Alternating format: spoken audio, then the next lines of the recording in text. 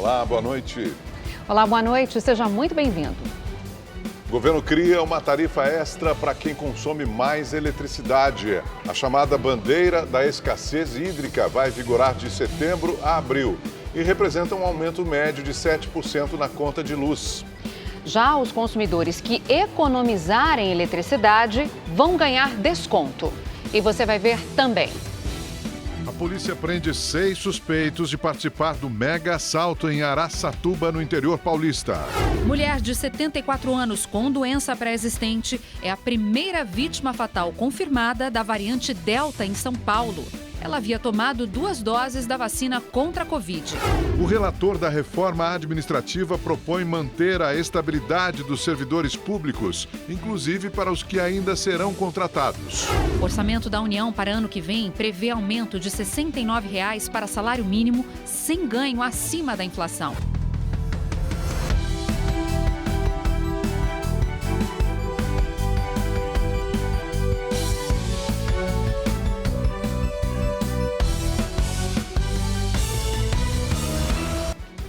R$ 1.069. Esse é o valor do salário mínimo previsto para o governo para o ano que vem, pelo governo. A informação está no projeto de lei orçamentária para 2022, enviado hoje ao Congresso Nacional.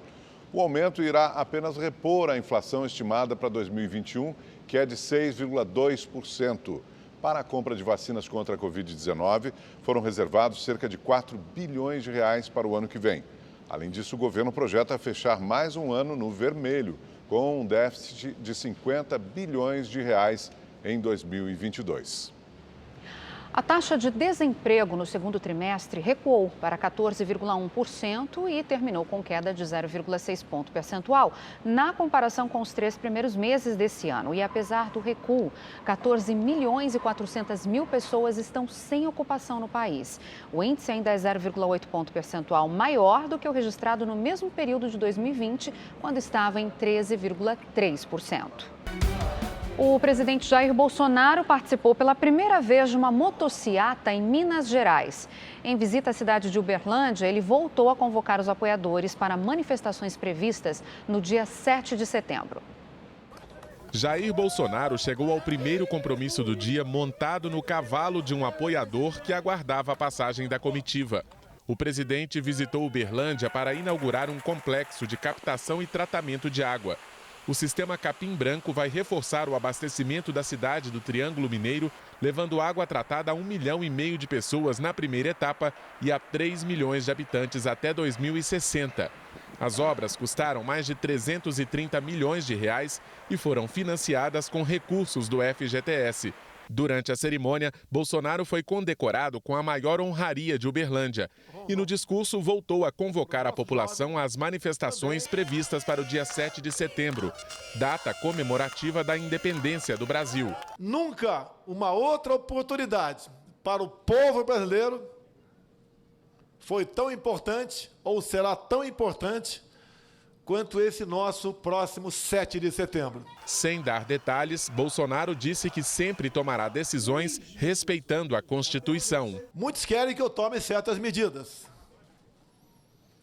Eu acredito, creio, que nós vamos mudar o destino do Brasil. E tenho certeza, dentro das 4 linhas da nossa Constituição. Não será levantando uma espada para cima e proclamando algumas palavras. No passado foi assim. Hoje, pela complexidade, pelo que está em jogo na nossa nação, será um pouco diferente. Ao lembrar da facada sofrida em Juiz de Fora há quase 4 anos, o presidente chamou Minas Gerais de sua segunda terra natal. Tenho recordações de Juiz de Fora. Foi um marco na minha vida e na vida do povo brasileiro. Imaginem se eu tivesse partido. Quem estaria no meu lugar? Os mesmos que assaltaram o nosso Brasil por 14 anos. No começo da tarde, Bolsonaro participou pela primeira vez de uma motociata aqui em Minas Gerais. O evento reuniu apoiadores no dia do aniversário de 133 anos de Uberlândia. o passeio pelas ruas da cidade não estava na agenda oficial. Com o presidente à frente, as motocicletas partiram do estádio Parque do Sabiá, na zona leste de Uberlândia. Nas calçadas, muita gente se vestiu de verde e amarelo para ver o presidente. O Tribunal de Justiça do Rio de Janeiro determinou hoje a quebra dos sigilos bancário e fiscal do vereador Carlos Bolsonaro, do Republicanos. O sigilo de outras 26 pessoas e de 7 empresas também foi quebrado. O pedido foi feito pelo Ministério Público do Rio de Janeiro por suspeitar de um esquema de corrupção no gabinete do vereador, conhecido como rachadinha, que é a prática de ficar com parte do salário de funcionários. Eleito para o 6º mandato consecutivo, Carlos Bolsonaro nega qualquer esquema ilegal e se colocou à disposição da Justiça para esclarecimentos. Hoje, o presidente do Supremo Tribunal Federal e do Conselho Nacional de Justiça, Luiz Fux, se reuniu com os presidentes da Câmara e do Senado para tentar buscar uma saída e estender o prazo de pagamento de cerca de 90 bilhões de reais em ações judiciais que vencem em 2022. O governo precisa de parte desse valor para viabilizar o programa social que deve substituir o Bolsa Família. Foi exatamente uma reunião com os presidentes do Senado e da Câmara, no afã de o Conselho Nacional de Justiça fazer uma mediação nessa questão tão tormentosa como vai ser a questão dos precatórios. Uma conversa ainda preliminar, ainda muito embrionária, de sorte que tudo quanto nós fizemos foi colocar o CNJ como partícipe dessa questão nacional, como mediador capaz, eventualmente, de até, autorizado pelas autoridades competentes, chancelar na resolução uma solução para esse grave problema. O relator da reforma administrativa garantiu estabilidade aos futuros servidores públicos na tentativa de conseguir apoio à proposta. A previsão é que o texto seja votado na comissão especial daqui a 15 dias. Entregue ao Congresso em setembro do ano passado, a reforma administrativa pouco caminhou.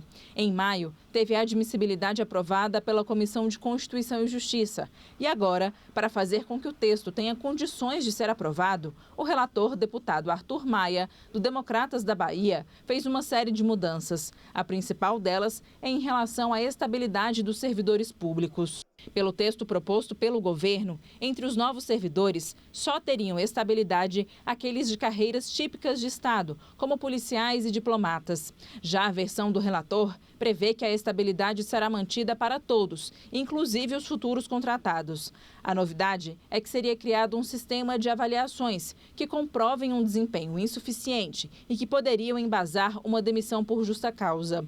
A estabilidade continua sendo conquistada após 3 anos de estágio probatório. No entanto, será realizada uma avaliação a cada 6 meses. Hoje é feito apenas uma no final do período. É um ponto de inflexão nesse debate. Nós estamos mantendo a estabilidade de todos os servidores públicos. Qualquer tipo de demissão estará submetida, antes de qualquer coisa, à avaliação de desempenho. Portanto, só a avaliação de desempenho insuficiente poderá ensejar a demissão de um trabalhador, de um servidor. O relator ainda excluiu da proposta 2 formas de contratação e deixou apenas outras 2, por concurso e por contrato temporário, que pode ter duração de até 6 anos. E é justamente a manutenção desses contratos temporários que deve ser o principal ponto de resistência a ser enfrentado durante as negociações. Por exemplo, professores, por exemplo, médicos de UTI, enfermeiros na cabeceira dos leitos de Covid, esses poderão ser substituídos por terceirizados a qualquer momento e os contratos por tempo determinado poderão durar 10 anos. Isso para nós ainda é uma grave falha no projeto e que, infelizmente, quebra o condão do Estado regulador. As novas regras atingirão os servidores dos 3 poderes, executivo, legislativo e judiciário, e nas 3 esferas, municipal, estadual e federal. O relatório foi protocolado hoje, mas só deve ser votado no dia 16 de setembro na comissão mista. Depois disso, segue para o plenário da Câmara e ainda tem que ser discutido pelo Senado. De acordo com o propósito da reforma administrativa, a gente possa dar ao Brasil um Estado mais leve, um Estado mais moderno, e um Estado que realmente possa mensurar o serviço público para os brasileiros. Nunca fez parte, nem é parte da vontade deste poder ou do Congresso Nacional fazer verificação de funcionário público, e sim verificação do serviço público. A CPI da Covid no Senado não teve depoimentos hoje. A comissão deveria ouvir o motoboy Ivanildo Gonçalves da Silva, mas ele foi liberado pelo ministro do Supremo Tribunal Federal, Nunes Marques. Ivanildo da Silva teria sacado quase 5 milhões de reais para funcionários e fornecedores da VTC Log. A empresa de logística tem contratos no Ministério da Saúde e é responsável pelo transporte de insumos, inclusive vacinas. Os senadores tentaram ouvir de última hora a diretora da empresa VTC Log. O nome dela foi aprovado pela comissão ainda ontem. Andréa Lima informou à CPI que já tinha uma viagem agendada para hoje, mas se colocou à disposição para depor amanhã. Sem depoimentos, os senadores votaram requerimentos, entre eles a reconvocação do motoboy Ivanildo Silva e a convocação de Karina Cufa, advogado do presidente Jair Bolsonaro. Amanhã está previsto o depoimento de Marcos Tolentino da Silva, apontado como sócio oculto da Fibbank, empresa que garantiria o dinheiro a Precisa Medicamentos para fechar o contrato de venda da vacina Covaxin com o Ministério da Saúde. Ao lado da primeira-dama Michele Bolsonaro, o ministro da Saúde, Marcelo Queiroga, lançou hoje uma nova mascote. Com o símbolo do teste do pezinho, Rarinha foi criada para ajudar na divulgação de ações e informações sobre as 8.000 doenças raras conhecidas. No Brasil, 6 delas são detectadas pelo teste do pezinho. Cerca de 13 milhões de pessoas vivem com alguma doença rara no país. Durante a cerimônia, o ministro da Saúde afirmou que a população adulta do Brasil deve estar vacinada com a segunda dose ou com o imunizante de uma única aplicação até o final de outubro. A Secretaria Estadual da Saúde de São Paulo confirmou hoje a primeira morte de paciente infectado pela variante Delta. E o repórter Guilherme Lopes tem mais informações a respeito desse caso. Boa noite, Guilherme, seja bem-vindo. O que se sabe até o momento a respeito dessa morte? Olá, Milena Augusto, boa noite a vocês, boa noite a todos ligados com a gente. A vítima era uma mulher de 74 anos que morava em Piracicaba, no interior paulista. Ela tinha algumas comorbidades e, por isso, o estado de saúde dela era mais frágil. De acordo com a Secretaria Municipal da Saúde, ela chegou a tomar as 2 doses da vacina, mas infelizmente não resistiu. O Centro Epidemiológico do Estado de São Paulo está acompanhando esse caso, inclusive pediu mais detalhes à Secretaria Municipal da Saúde de Piracicaba e também um novo sequenciamento genético para confirmar realmente a morte provocada pela Covid-19 da variante Delta. Em Piracicaba existem outros 4 pacientes que estão com Covid-19 com a mesma variante e eles estão sendo acompanhados pela Secretaria Municipal de Saúde. Em meio a essa preocupação com o aumento de casos que pode ser provocado pela variante Delta, a Prefeitura de São Paulo anunciou hoje a redução do número de leitos de UTI em hospitais dedicados a atender pacientes em estado grave. A partir de amanhã, dos 19 hospitais referenciados, apenas 5 farão esse atendimento.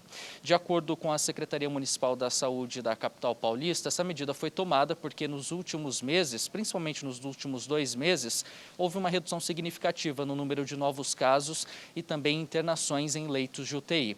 Atualmente, a capital paulista possui 790 leitos de UTI. A partir de amanhã serão 250 menos, passando para 540. Lembrando que no pico, durante a segunda onda de Covid-19, a capital paulista chegou a ter quase 1.500 leitos de UTI. A Secretaria Municipal da Saúde disse também que a qualquer momento pode reverter esse número e que, no momento, esses leitos de UTI serão direcionados para atender pacientes com outras doenças. Atualmente são 277 pacientes que estão internados em leitos de UTI aqui na capital paulista e a taxa de ocupação tem reduzido. Ontem era de 36% e hoje é de 35%. Milene Augusto. Obrigado, Guilherme. Por causa da instabilidade na plataforma Conect SUS, que emite o comprovante de vacinação, a Prefeitura do Rio de Janeiro decidiu adiar a exigência do documento para entrar em alguns estabelecimentos da cidade. A medida entraria em vigor amanhã, mas a Prefeitura decidiu adiar para o dia 15 de setembro a exigência do passaporte da imunidade. O documento será cobrado a quem quiser frequentar estabelecimentos de uso coletivo, como cinemas, teatros, estádios de futebol e academias, e de quem for se submeter a cirurgias eletivas. A decisão foi tomada porque o aplicativo do Ministério da Saúde, que dá acesso ao comprovante da vacinação, apresentou instabilidade nos últimos dias. Quando eu fui tirar o comprovante, o lançamento da minha primeira dose constou de forma errada, porque eu tomei 2 doses do AstraZeneca e constava a primeira sendo Coronavac. O certificado de papel entregue no momento da vacinação também será aceito a partir do dia 15. A quantidade de doses deverá estar de acordo com o calendário vacinal da cidade. Para ter acesso pelo celular, é necessário instalar o aplicativo Conect SUS. Depois de preencher um cadastro, o usuário pode conferir o comprovante. O formulário também poderá ser preenchido diretamente pelo site do Conect SUS. Diante do aumento de casos de Covid na capital fluminense, a medida foi bem recebida pela maior parte da população. Eu acho excelente. Como é que vai juntar um monte de gente num local se não estão vacinados? Eu faço academia e eu sou a favor disso sim, de ter o passaporte para poder entrar nas academias. Entre 1º e 14 de setembro, a Prefeitura vai promover ações educativas sobre o passaporte da imunidade. Mas se nesse período algum setor se sentir preparado e quiser estimular a vacinação, já vai poder cobrar o documento. Vacinado com as 2 doses e já com o aplicativo baixado, Jobson também aprovou a medida e espera que mais pessoas procurem se vacinar a partir da cobrança do certificado. Eu acho que é válido porque muitas pessoas não querem tomar vacina e eu não sei se esse é o objetivo desse passe da imunidade, mas vai acabar incentivando algumas pessoas a tomar a vacina, né? Agora vamos aos números da Covid-19 no Brasil. De acordo com o Ministério da Saúde, 19.735.000 pessoas se recuperaram da doença. 461.000 ainda estão em acompanhamento e desde o início da pandemia, mais de 580.000 pessoas morreram de Covid-19 no nosso país.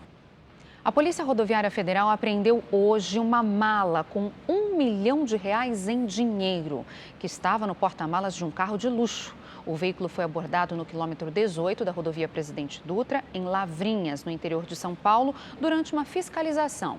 Os 2 homens que estavam no carro foram levados à delegacia da Polícia Federal em Cruzeiro, onde foram ouvidos e liberados. O automóvel, os celulares dos suspeitos e o dinheiro foram apreendidos.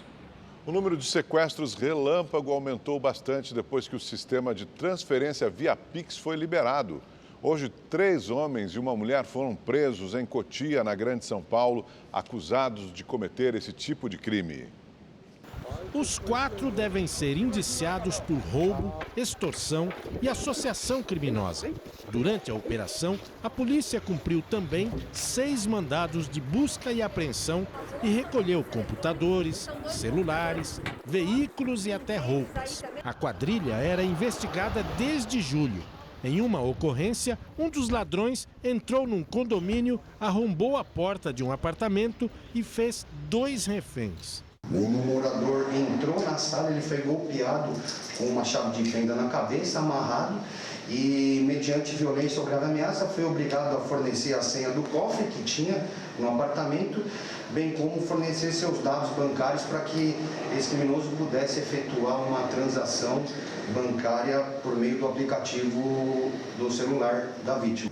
Segundo a Secretaria de Segurança Pública de São Paulo, de janeiro a julho, foram registrados 206 casos de sequestros relâmpago. Esse número é 39% maior que no mesmo período do ano passado, alta que pode estar relacionada à chegada do Pix. Com a tecnologia, os bandidos obrigam as vítimas a transferir o dinheiro na hora do próprio celular.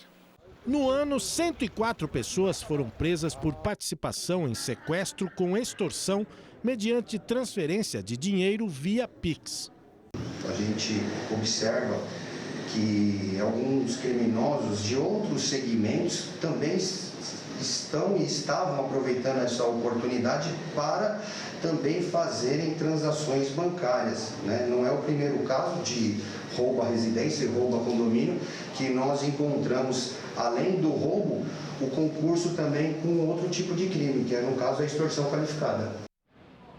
A Polícia Federal cumpriu 45 mandados nesta terça-feira em municípios de Roraima e do Amazonas, durante uma operação para desarticular a estrutura regional de uma facção criminosa que atua dentro e fora do sistema prisional em todo o país.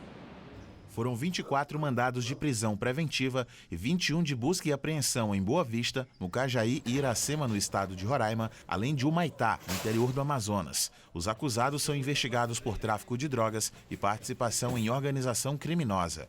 A operação Presente de Grego começou em julho desse ano. Segundo o inquérito policial, os integrantes da facção estariam se queixando das dificuldades em preencher os cargos da organização, devido às sucessivas investidas da Polícia Federal no estado.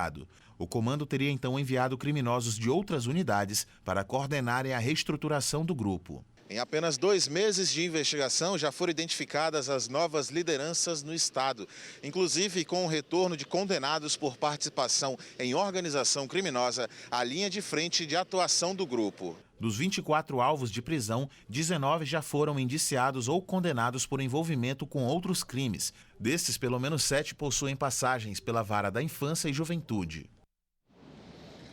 A polícia continua a busca por integrantes do bando que participou do ataque aos bancos em Araçatuba, no interior de São Paulo. Hoje, mais 2 homens foram presos.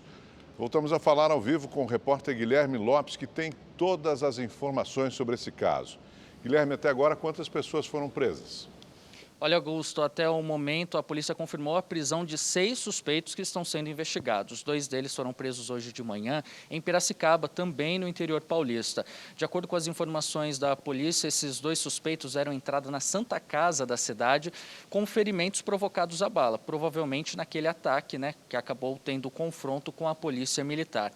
Um deles está em estado grave e o outro levou um tiro no braço. Por causa disso, a polícia continua monitorando os hospitais da região e também de estados vizinhos, como Minas Gerais e Mato Grosso do Sul, pois há a possibilidade de mais integrantes da quadrilha estarem feridos. Agora, a polícia também investiga, com apoio do Ministério Público do Estado de São Paulo, a suspeita de que os integrantes dessa quadrilha façam parte de uma facção criminosa. Isso porque um dos integrantes que foi morto no confronto com a polícia durante o ataque, de 37 anos, e tinha saído em 2017 da prisão, fazia parte do primeiro comando da capital. Outro suspeito que foi preso ontem também tem essa ligação com a mesma facção. Bom, a investigação ela segue com a Polícia Federal, que também recebe colaboração do DEIC, que é o Departamento Estadual de Investigações Criminais aqui da capital paulista. Os investigadores fizeram uma varredura hoje novamente no centro de Araçatuba em busca de mais informações que vão ajudar a compor esse inquérito. O delegado-geral da Polícia Federal, que vai coordenar esse trabalho de investigação, aguarda a definição de alguns detalhes para definir se ele vai enquadrar esse crime como terrorismo por causa da quantidade de explosivos usados pelos criminosos nesse ataque. Agora vamos ver na reportagem como que foi o segundo dia após esse terror que os moradores de Araçatuba viveram. O centro de Araçatuba, no interior paulista, amanheceu praticamente vazio, com poucas pessoas circulando pelas ruas. As aulas foram suspensas e a rota do transporte público modificada para a polícia concluir a varredura nos arredores das agências bancárias. Ao todo, o GAT localizou 98 explosivos, que foram deixados pelos criminosos nas ruas, dentro das agências e em carros utilizados pelo bando. Na carroceria de um caminhão, os policiais encontraram 70 cartuchos de emulsão, um material utilizado na produção de bombas. Os policiais detonaram os artefatos em um terreno sanitário da cidade. O DEIC da capital paulista está auxiliando nas investigações. Até o momento, 6 suspeitos foram presos. Um deles foi detido em Campinas. O homem já tem passagens pela polícia e teria confessado a participação no ataque às 3 agências bancárias. Pelo menos 20 bandidos invadiram a cidade na madrugada de segunda-feira. O grupo usou veículos blindados e armas de uso restrito, como fuzis .50 e 7,62. Na fuga, os moradores foram usados como escudos humanos. Novas imagens divulgadas hoje mostram as vítimas presas aos carros dos criminosos que fogem em alta velocidade durante uma troca de tiros com a polícia. 2 reféns foram mortos. Os corpos do empresário Renato Bortolucci, de 38 anos, e do personal trainer Márcio Vitor, de 34 anos, foram enterrados no final da tarde desta terça-feira. Mais uma noite de terror, desta vez no interior do Paraná. Em Mariluz, 8 criminosos explodiram caixas eletrônicos de uma agência bancária. Moradores se arriscaram e registraram as cenas. A ação dos bandidos começou de madrugada e durou poucos minutos. Um deles desce do carro carregando uma maleta e segundos depois é possível ver o clarão dentro do banco. De manhã havia apenas muita fumaça e rastros de destruição. Os 2 carros usados no crime foram incendiados em propriedades rurais da região. Até agora, ninguém foi preso. Câmeras de segurança flagraram um assalto a uma casa lotérica na cidade de Jacaraú, no litoral norte da Paraíba. 3 homens armados chegaram ao local e abordaram os clientes que estavam na fila. O grupo rendeu um dos funcionários que se preparava para abrir o estabelecimento. Na fuga, os bandidos fizeram um cliente refém. A vítima foi liberada a poucos metros do local. A polícia foi chamada, mas ninguém foi preso. A quantia roubada não foi divulgada. Um ladrão furtou um mercadinho na zona sul de Natal, no Rio Grande do Norte, no último fim de semana. E o que chamou a atenção nesse crime foi como ele conseguiu entrar e sair do estabelecimento. A janela tem uma grade de proteção. Mas não é que o ladrão contorcionista consegue passar por um espaço tão pequeno? Ele se espreme, joga o corpo para um lado e para o outro, passa o braço e entra no mercadinho. Dentro do local, ele furta 2 celulares e o dinheiro do caixa. Para sair sem chamar atenção ou fazer barulho, ele usa o mesmo espaço na janela e a mesma habilidade. O estado do Amazonas já acumula 44 casos confirmados da síndrome associada à doença de RAF, popularmente chamada de doença da urina preta. A cidade de Itacoatiara registrou a maioria desses casos. Uma pessoa morreu e 10 estão internadas. Os pacientes com suspeita da doença de RAF foram atendidos entre os dias 22 e 23 deste mês, na UPA José Mendes, em Itacoatiara. O peixe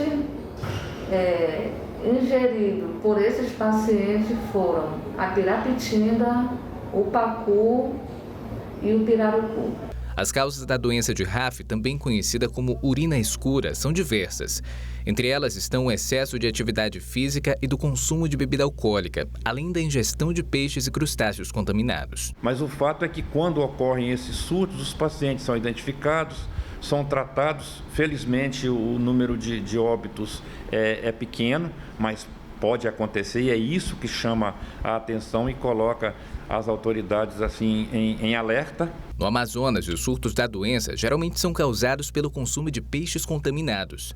O armazenamento inadequado do alimento gera uma substância sem cheiro e sem sabor. É essa substância que pode provocar a doença. Os sintomas são rigidez e dores nos músculos, perda de força, dificuldade para respirar, dormência e dor no peito. Além da urina preta, uma tentativa dos rins em expelir os resíduos do corpo. E que leva a um acúmulo de substâncias, de resíduos da musculatura que acaba se acumulando no sangue, sobrecarregando os rins que deveriam eliminar esses metabólitos, que é o que chama a atenção para um sintoma claro da doença, que é o escurecimento da urina.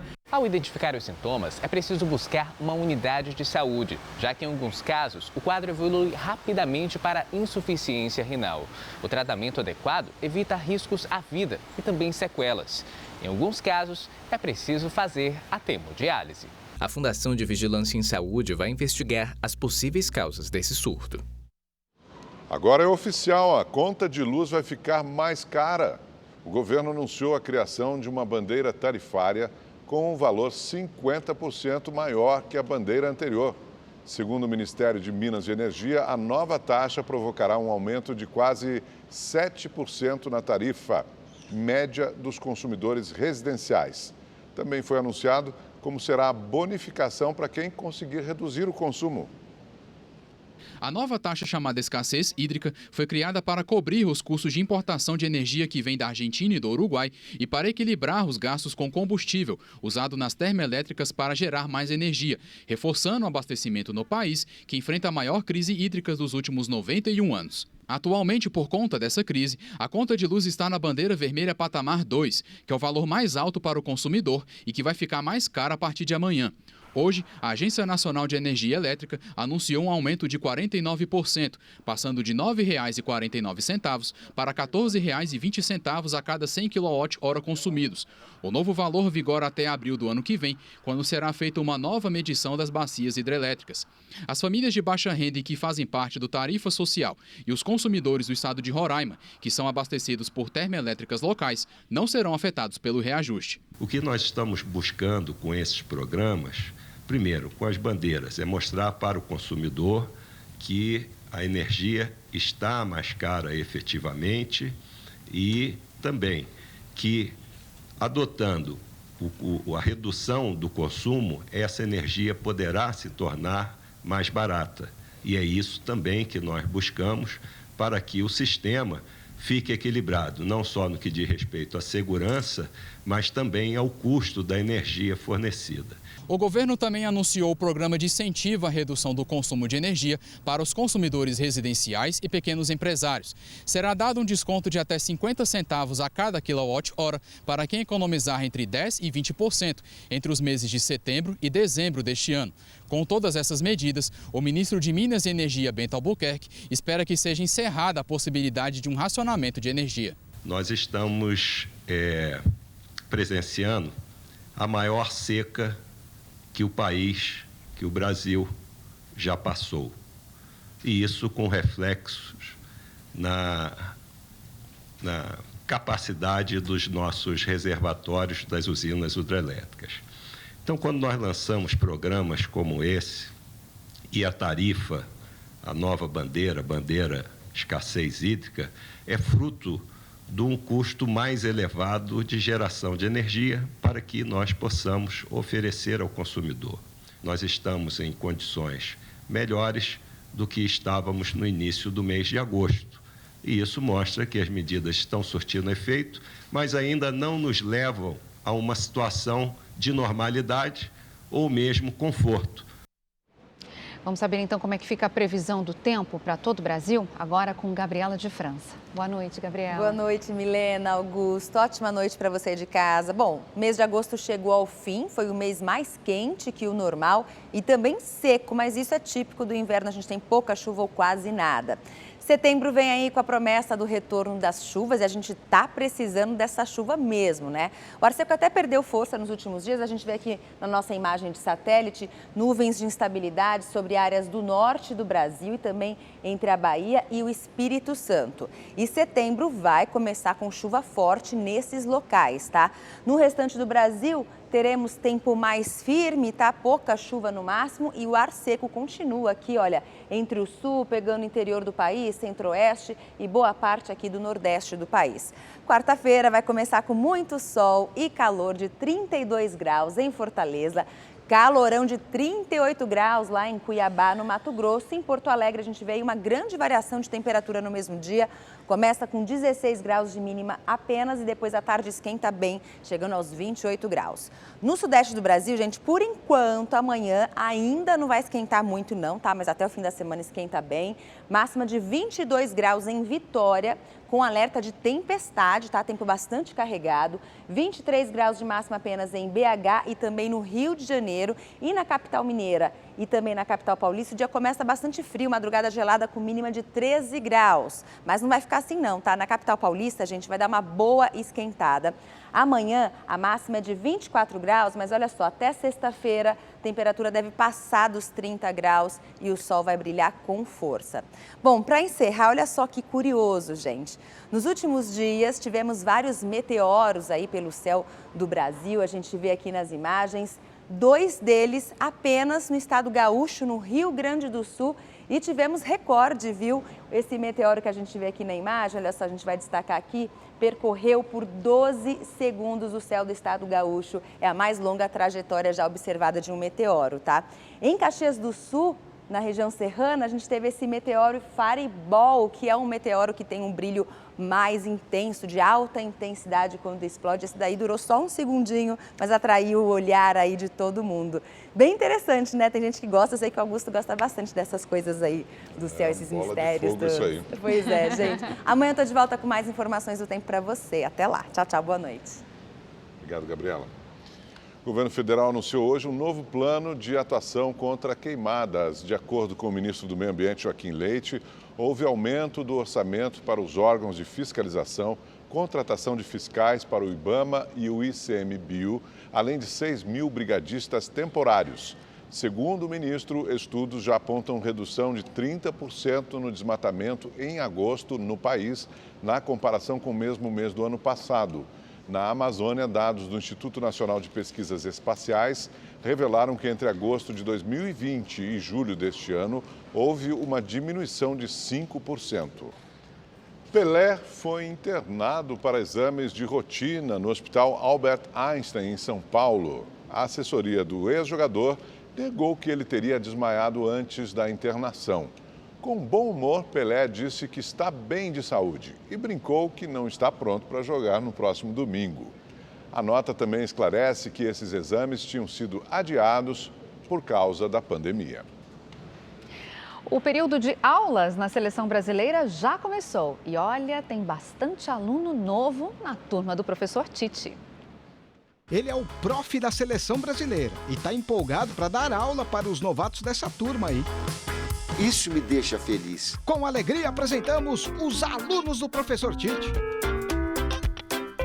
O mestre resolveu dar chances para 8 jogadores que nunca tinham vestido a camisa amarelinha com ele.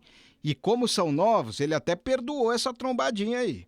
Faço isso com carinho, faço isso de forma desprendida, não falo isso como demagogia, faço porque sou assim. E sabe aqueles alunos que gostam de chamar a atenção do professor a qualquer custo? Obrigado.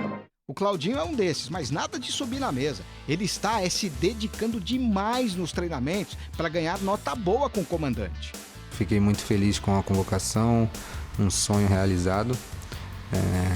Fazer de tudo para que não seja a primeira e única, e sim a primeira de muitas. E ele já chegou com uma estrelinha de ouro das séries anteriores. É exemplo do Arana e do Matheus Cunha, que também ganharam a medalha nos Jogos Olímpicos. O status pode ser um pouquinho maior, mas isso não é o que vai me fazer, não vai me colocar em campo. Eu acredito que é o meu trabalho. Mas espera aí, galerinha, para fazer a diferença precisa mais que isso, né? Diz o que é necessário, profs. A parte tática, a parte técnica, a parte física e a parte emocional. Elas têm que estar alinhadas num grande plano. Entendeu aí, ô Arana? Bom, ainda não tive a oportunidade de conversar com o professor Tite. Eu estou aqui para me adaptar ao estilo de jogo dele. O bom é que, se for preciso, dá para colar dos caras mais tarimbados, né, Gerson? Fui muito bem recebido, conhecendo jogadores do meu país que eu nunca tinha visto assim, né? Pelo visto, os novatos chegaram para lá de empolgados. Quem tiver chance vai querer ganhar aquela nota alta contra o Chile na quinta-feira. Afinal... Eu volto maduro, eu volto experiente para estar à disposição do professor, e se tiver em campo, com certeza eu vou dar o meu melhor.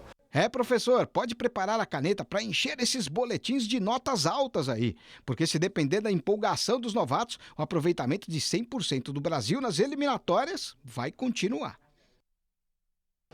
E o Rede TV News de hoje fica por aqui. Para você, uma ótima noite. Uma boa noite para você e até amanhã.